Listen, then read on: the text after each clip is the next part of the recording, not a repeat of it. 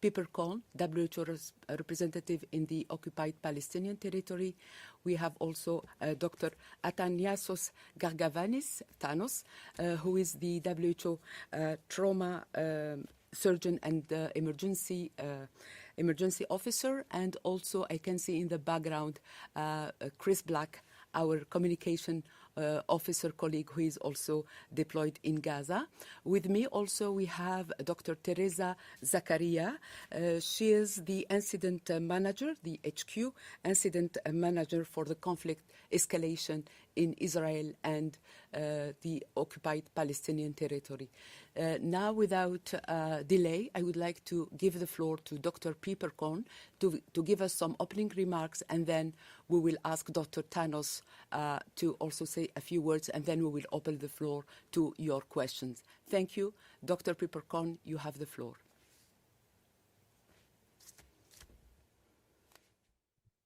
Thank you very much. I hope you can hear me well. Greetings from Gaza, and also greetings from my team, and including Dr. Thanos, who is actually just behind me in the jog.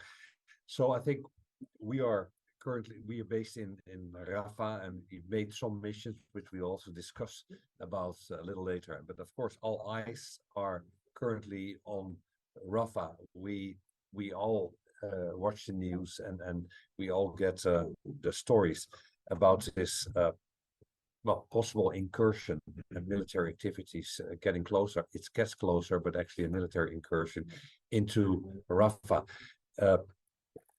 I know this place very well. I came here every month in Gaza for a week or two, and this is normally a very sleepy town of 130,000 people, and currently there's more than 1.5 million people cramped in an incredibly small place. Everywhere, makeshift shelters, UNRWA shelters, etc., all over the place. Incredibly small. We include, of course, most of our extremely concerns. So what's happening and what's going to happening, and you feel that, you see the fear in people's face. People constantly come with questions. What is the contingency plan? What can we do, etc.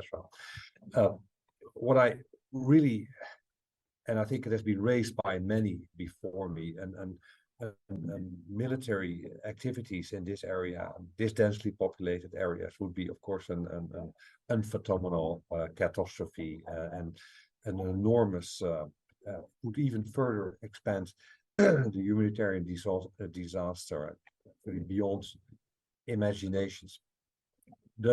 A new wave of displacements and would also really give an increase in, of course, in additional injuries due to the military offensive and trauma.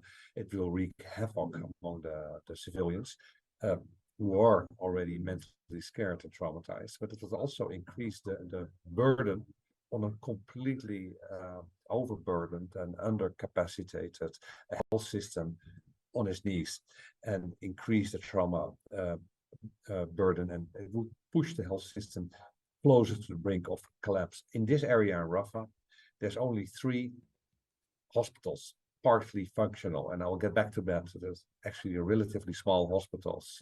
They're supported by 3 small field hospitals. We're talking about 450 beds, and that's already now absolutely not sufficient for the needs. So hospitals completely overwhelmed and overflowing and undersupplied. The health workers needs actually they need a relief. Many are cut off from their families. I want to say something about that shrinking humanitarian space that's been raised constantly. The repeated access restrictions and denials, they continue actually to obstruct delivery of humanitarian support. And as WHO and the UN, we are ready to be actually doing much more all over Gaza. So since November, only for WHO, 40% of our missions to the north, for example, have been facilitated. Only 40%. Since January, that figure is much lower. So these missions have been denied, impeded, or postponed. And approximately 45% of the mission requests for the South are facilitated. That's absurd. Even when there is no ceasefire, a humanitarian corridor should exist so that WHO, the UN, and parties can do their job. We need a complete, a pragmatic and a different deconfliction system to be able to actually do our work. UN, WHO is ready to carry out many more missions, both to the north, to the middle area, and to the south, which we cannot do now. When you look at the attacks on healthcare, we are, of course, gravely concerned, and you've seen this in the news, is about the situation around Nasser Medical Complex. Nasser Medical Complex is what we used to call the Shifa hospital from the south. It had all the specializations. And currently, civilians have been called to evacuate, which is extremely dangerous. The hospital has been reportedly under siege for more than a week now. 10 civilians reportedly killed. And there's also reports that the northern gate being demolished and 2 of its warehouses being almost destroyed due to hostilities. If that's true, because we don't know, we don't have access at the moment. If that's true. Also, when you look at the warehouses, that warehouse is important not only for Nasser Medical Complex, but for other hospitals in the middle and the southern areas as well. Not only WHO, other partners, etc. We've provided for hundreds of thousands, maybe together, maybe millions of medical supplies and goods in that warehouse. The area access is obstructed, and we are unable to reach the hospital. And the last access was actually 29th of January. In the past 5 days, WHO and we put in 2 mission requests for assessments and to resupply with the required medical supply and trauma supplies. Both have been denied. So without this support and without actually being able to access, and this hospital might become non-functional too. And we have seen this actually too often. We've seen this, of course, in the north. This cannot happen in the middle area or in the south. And just coming back to that, yesterday we were in Al Najjar Hospital. That is the key hospital in Rafah itself. Al Najjar was not supposed to be a hospital. It was supposed to be a primary healthcare center. It became a hospital, small hospital, 65 beds. Currently, over 300 patients, and you see the same pattern in all the other hospitals. And 15 to 20% of the patients who can be discharged don't want to be discharged. They refuse to be discharged because they have no way to go. Overflow in trauma wards and people being treated and ECGs, etc., done on the floor. The trauma wards, every space is occupied to actually harbor patients and beds. So everywhere there's medical patients. That hospital has already shifted their pediatric ward to another hospital. And also Al Najjar Hospital, they're afraid that when a military incursion will come, it will come to their direction. And the same thing will happen. They're afraid that the same process will start as what's now currently happening in Nasser Medical Complex. Because I want to explain it again. It's not only about direct attacks on the hospitals.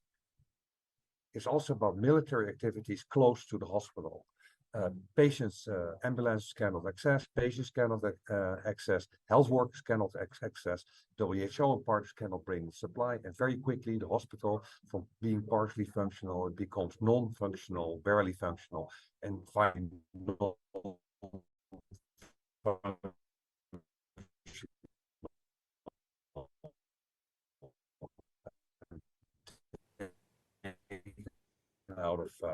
out of action.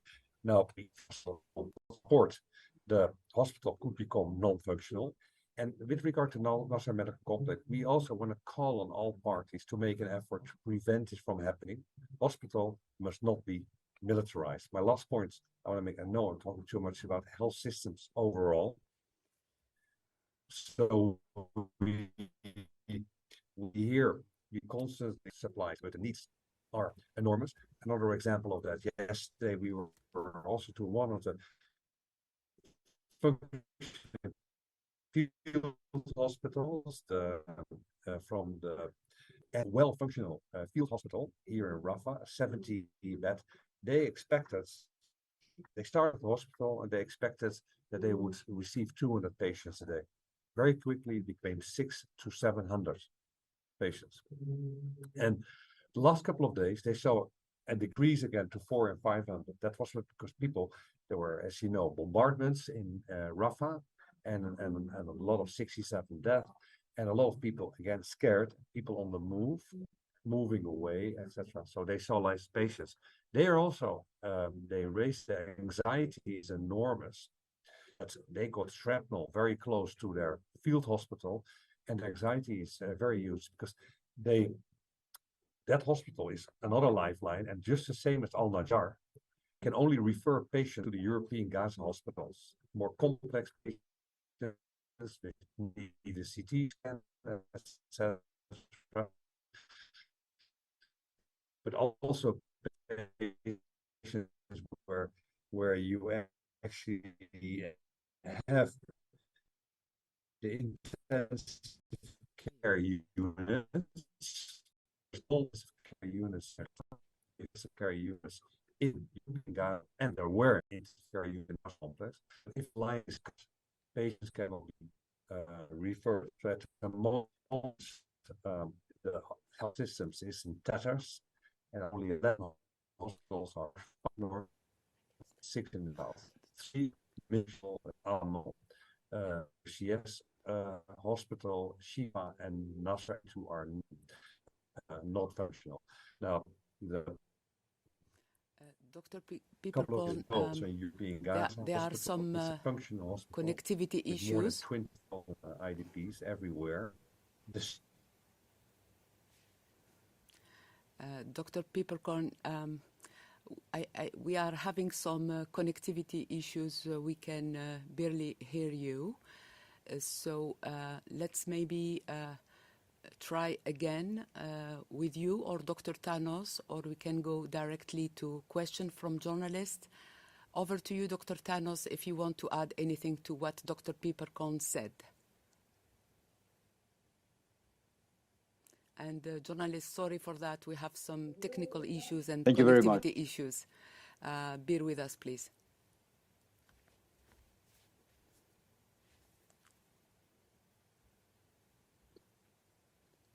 Thank you very much. I hope my sound is clearer.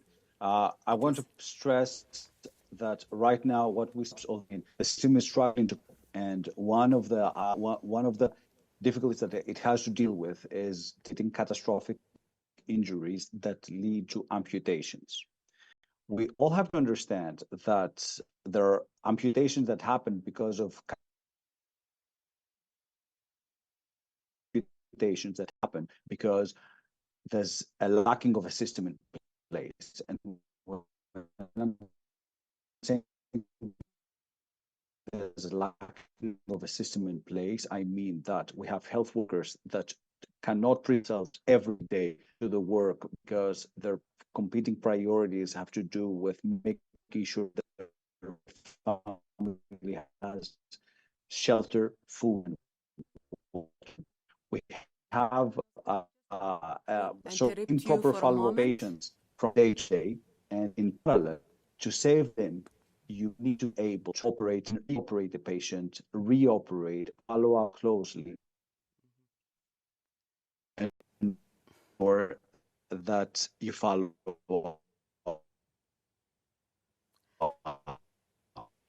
We Unfortunately, this is right now. Yeah. The sound is very bad, Dr. Thanos. Maybe if you turn off your camera, it will improve a little bit. At least we can have the sound.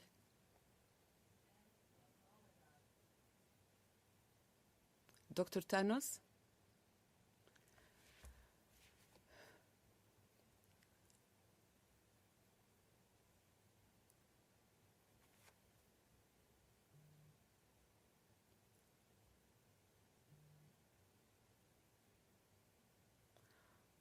Okay, I think we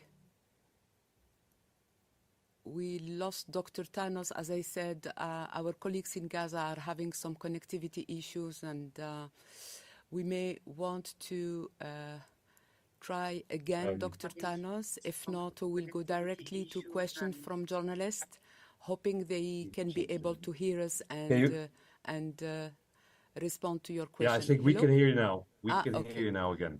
Okay, thanks so much. Dr. Thanos, do you want to continue what you were saying? You can keep going, I please. think Dr. Thanos was for the moment finished. Maybe he will take questions. He will take questions. Okay. So let's then Dr. Pieperkorn. Apologies, our connectivity is poor. Yes, yes, we understand, and thank you for making the time to brief journalists. I would like now to start giving the floor to journalists. We have several. Let's start with Nina Larsen from AFP. Nina. Yeah. Thank you very much for taking my question. If you have notes, that would be very helpful, because it was very difficult to understand much of anything that was said. But I was hoping that you could maybe say a bit more about the situation at Nasser Hospital in Khan Yunis. We have received testimony indicating that Israeli snipers have killed several civilians in the hospital courtyard. And I think you mentioned that there has been an order for people to evacuate. Could you clarify if that is from the Israeli forces and how that evacuation is proceeding? And we've also heard that the hospital is running out of food and drinking water. So if you have more details about the situation there, that would be very helpful. Thank you. Dr. Pieperkorn.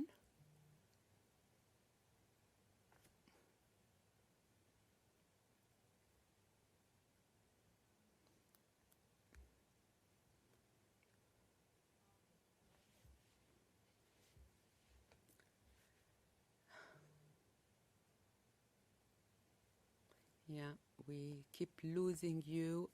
Maybe Dr. Zakaria can answer the question while we are trying to get back to Dr. Pieperkorn and Dr. Thanos. Dr. Zakaria?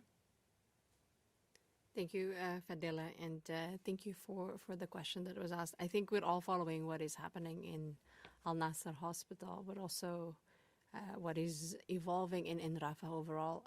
For Khan Yunis, I will be able to provide you with partial information as I'm here in Geneva, and I'm sure my colleagues on the ground, WR and Dr. Thanos, would be able to complement as well.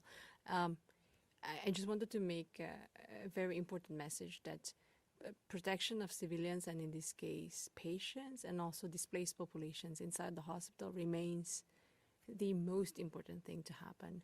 We have heard of these evacuation orders. We have heard and seen footages of people leaving the hospitals. We have heard of attacks happening to people, impacting directly people inside the hospitals. I don't think we're in a position to conduct investigations. It's also outside of our mandate. But regardless of whether hospitals, there are allegations of hospitals being used for other purposes than treating patients, I think it is extremely important here to again emphasize that the protection of civilians remains the most important thing to do. And for as long as we cannot ensure that protection, then the sanctity of the hospital remains. Even if there are evacuation orders, if there are indeed other activities that are being carried out of a hospital that is not directly health related, that protection until people, patients, healthcare workers, and in this case, so many displaced populations can actually evacuate safely to another area, to another place where they can continue accessing the treatment that they require, then the sanctity of that facility remains. And I think that's really important to highlight here. Thank you. Thank you, Dr. Zakaria. I'm trying to see if Dr. Pieperkorn was able to join us once again. Dr. Pieperkorn, can you hear me?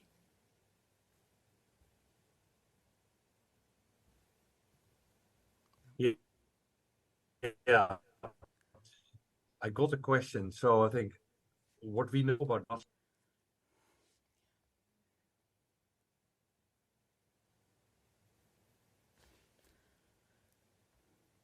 Sorry, we can't hear you. So what we know about it's very. I'm really apologies, but this is live in Gaza at the moment. So we know that civilians have been called to evacuate. The hospital has been reportedly on the siege now for more than a week. We all know that 10, probably more, civilians have been killed. Yeah, outside and even inside compounds. The reports of the northern gate have been demolished, and two warehouses have been destroyed. That would be really, really, really bad because they actually have a lot of the supplies and equipment. Access is obstructed. Both were denied to resupply and actually to make an assessment. Now again, we put in a request. We put in a request to as quickly as possible to make sure that we can do a quick assessment and see how we can best help. So we call, of course, on all parties to make an effort to prevent this from happening. And hospitals, we call 3-level hospital for south of Wadi Gaza. It's together with EG, the European Gaza Hospital and Al-Aqsa, they're the 3 referral hospitals. So it's actually potentially the most important. Just some other information, but based on the latest information, there's still 402 patients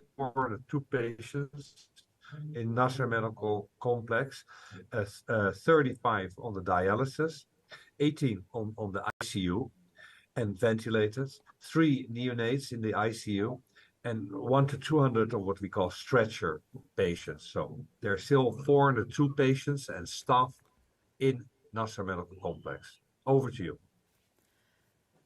Thank you, Dr. Pieperkorn. Let's go straight away to another journalist, Yuri Aprilev from RIA Novosti. Yuri?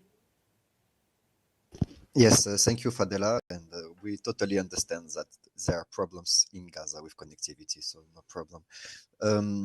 Israel has accused the WHO of collaborating with Hamas and assures that the hospitals in Gaza have been used for military purposes for years, with the complicit silence of international organizations.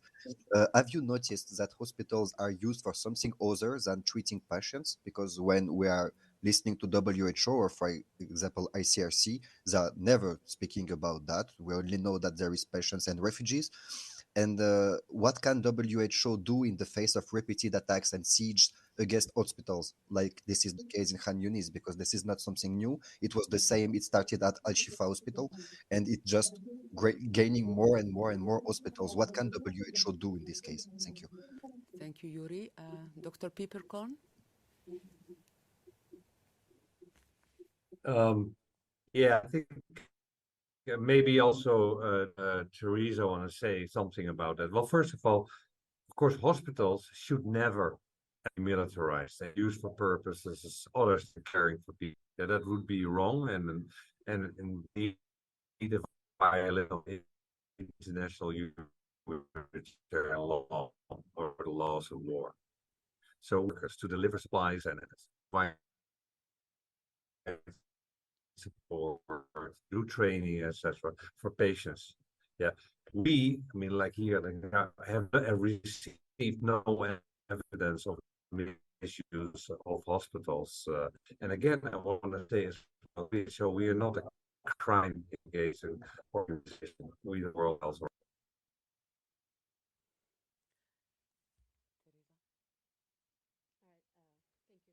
I think this is a very, very pertinent question and linked to the first one. As Dr. Rick has mentioned, I mean, hospitals must be safeguarded and they should never be militarized. It constitutes by itself an attack on health facilities. So that is what we believe in and what we also advocate for. The same way that we advocate for hospitals to not be bombarded, ambulances not to be shot at. The same message we're also conveying that hospitals should never be used for other purposes than treating people, providing health services to people who need it.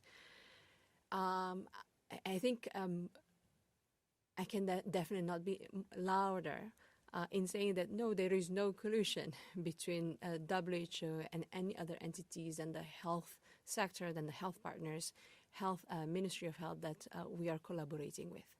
We are not in a position, however, to investigate any other activities taking place in hospitals or what is happening underneath hospitals.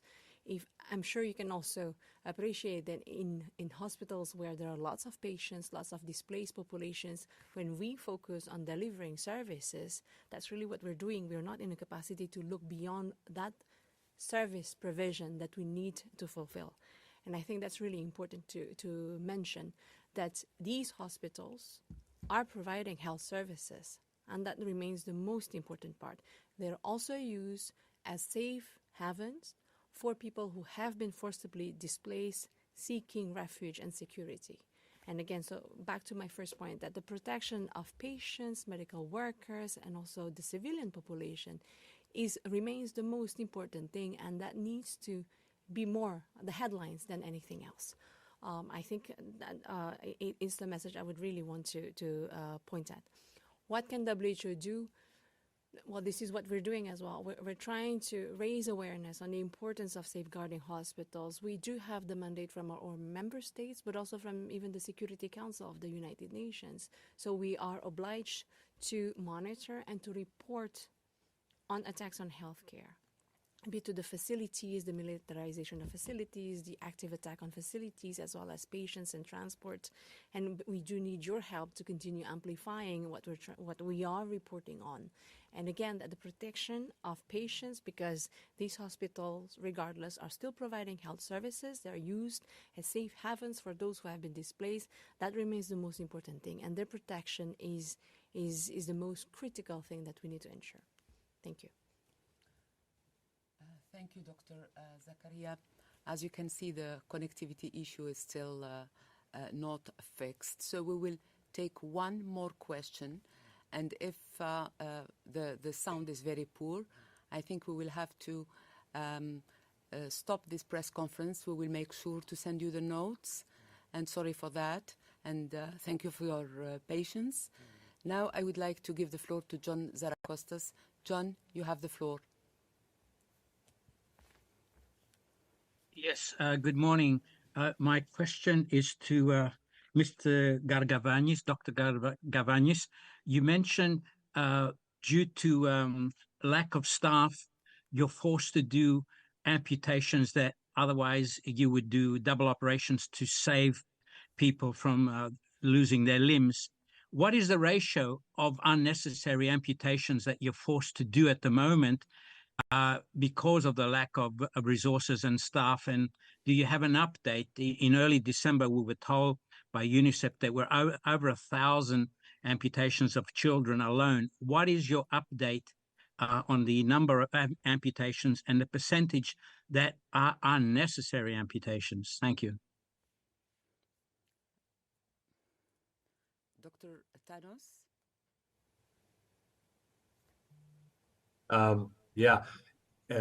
Here's Rick again. Thanos had to leave because indeed connectivity is, well, unfortunately really, really poor, and especially from his side. So he had to go. John, this is a difficult question. We don't, unfortunately, have that specific data, but I can mention it. So, Thanos, I was in Al-Aqsa Hospital. It's in the middle zone. It's in in the middle area.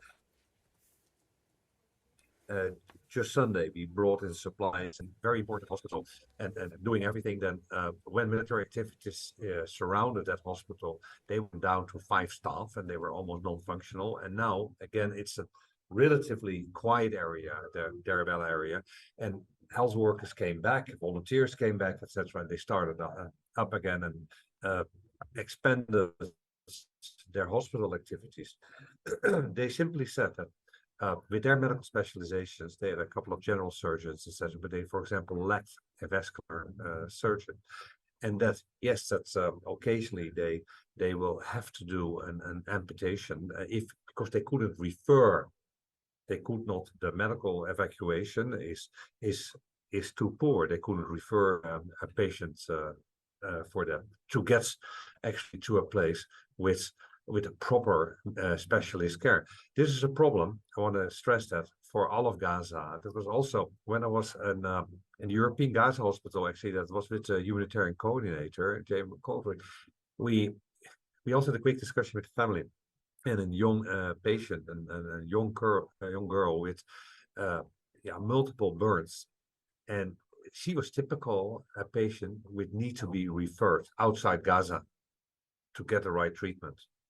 There's not a proper medical evacuation in place. It's all ad hoc and completely insufficient. And we've been pushing for this for a long time. We've made proposals for that, shared it with all the partners, etc. And it is simply not working. So that's another key request for anyone who can push that we get a proper medical evacuation. WHO, we estimate that at least 8,000 patients need medical evacuation outside Gaza. 6,000 related to 6,000 plus. It's an underestimation. 6,000 plus related to this conflict, all the multiple trauma, the excessive burns, reconstructive surgery, etc. And 2,000 medical cases, because before this conflict, between 50 and 100 patients were referred to East Jerusalem and the West Bank, and almost 50% was oncology, cancer related. They have nowhere to go. So we talk about 20 to 30 patients sometimes a day, etc. It's way too little. We know that Egypt, they have offered support with the evacuation, and many other countries in the region and outside the region have offered support as well to take the patients and the companions. This needs to happen, and that would also be relieving a little bit of this stress currently happening at all the hospitals, the partly functional hospitals still in Gaza. So coming back, some of the operations, some of the treatments, which maybe in the past could be provided in Gaza, at the moment cannot be provided in Gaza, or not in that place. There's no space for internal evacuation, and the external evacuation towards Egypt is, I would say, is not organized, is insufficient, and needs to be stepped up. Over to you. Thank you. The sound was much better, so maybe we keep going. I would like to invite Christiane Ulrich from the DPI to ask the next question. Christiane?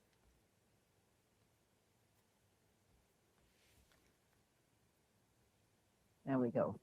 Thank you, Fadela. My question to the team in Gaza is, can you tell us what concretely your contingency plans are for this offensive that we all expect and that has been announced to happen, we don't know when, but what exactly is WH doing at this point to make sure that in the case this happens, patients and casualties will be dealt with in the best possible manner? Thank you.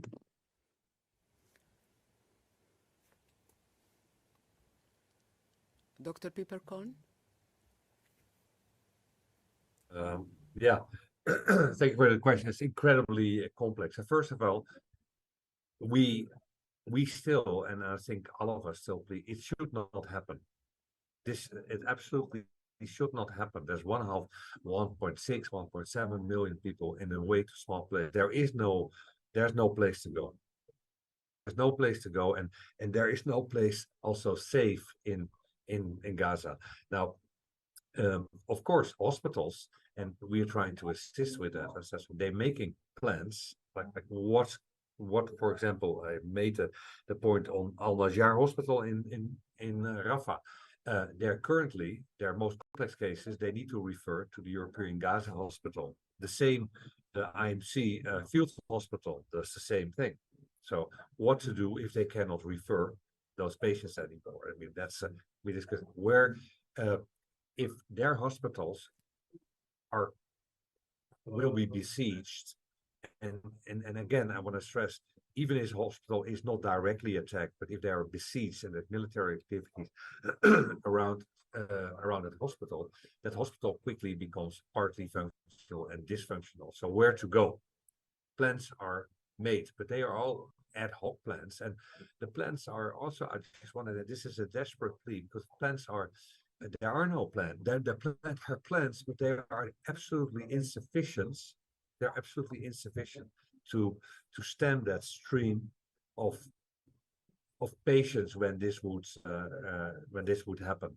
So yeah, contingency plans are being made, but these contingency plans will be completely insufficient when this would happen at in that scale. What is announced, absolutely insufficient. So again, the plea that this should not happen.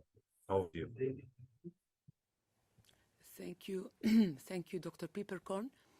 Now that the connectivity is better, maybe Nina, if you want to ask again your question, because we were not able to hear the answer. Nina, are you still online? Yes, yeah, thank you. Yes, I was asking about the Al Nasser Hospital, and I was hoping you could provide a little bit more detail on the situation there, if you have insights from people on the ground in terms of whether Israeli snipers have killed civilians in the courtyard itself, and also that about the evacuation orders, how that's proceeding, how concerned you are about the evacuation, if it's possible to evacuate safely there too, and also the lack of food and drinking water in the hospital. Thank you, Nina. I think you have also some Yeah, I think connectivity I'm not sure issues. if you got the details I provided initially, and I don't have them with me because Thanos had them with me on the current situation. So we also have a lot of difficulties getting the right connections and the right information for Nasser Medical Complex, although it is literally very close by. That's the situation now. What we know that indeed that civilians have been called to evacuate, which is already extremely dangerous, but also the hospital has been under siege or military activities around that for more than a week. We know that at least 10 civilians have been killed around the hospital compound, and some reportedly within the hospital compound. We cannot confirm that as WHO. We also never confirm like who. I mean, that's what we see. I think Teresa said it as well. We have a mandate to report on attacks on health. We are not a crime investigation organization. We don't attribute that. We report as good as possible the facts. We know that the northern gate has been demolished, and we also have been reported that two warehouses have been almost destroyed completely and put on fire due to the hostilities. And that would be also an enormous blow, by the way, to the health service. The access is obstructed. We wanted, as though we wanted to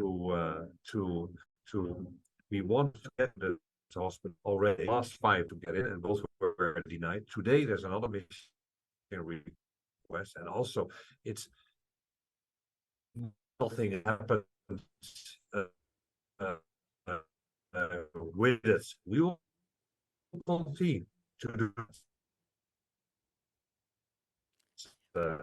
and at the moment the last week from the was that there's 4 patients. That's the latest we get. We want to do a quick assessment, and then we will be able to review better. It's not only this hospital. You also heard about hospital appears progress, yes, over the last couple of days, etc.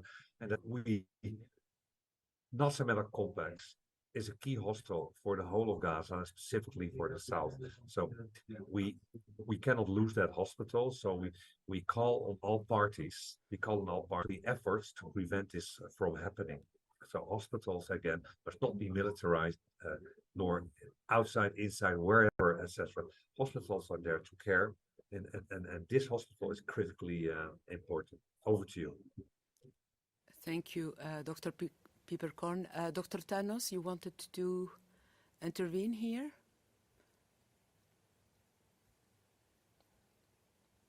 Thank you. I just wanted to comment on the number of patients in details, a breakdown.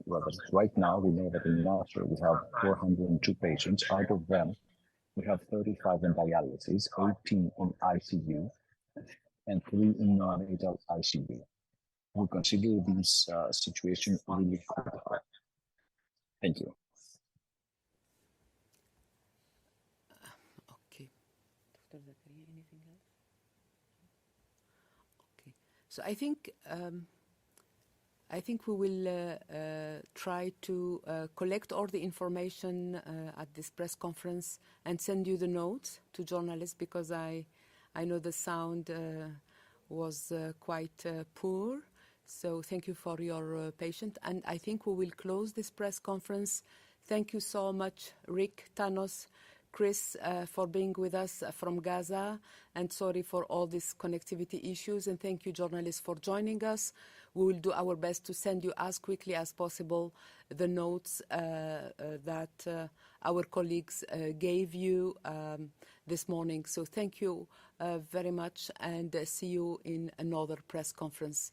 Thank you, Dr. Zakaria, Rick, Thanos, and Chris. And see you next time. Bye.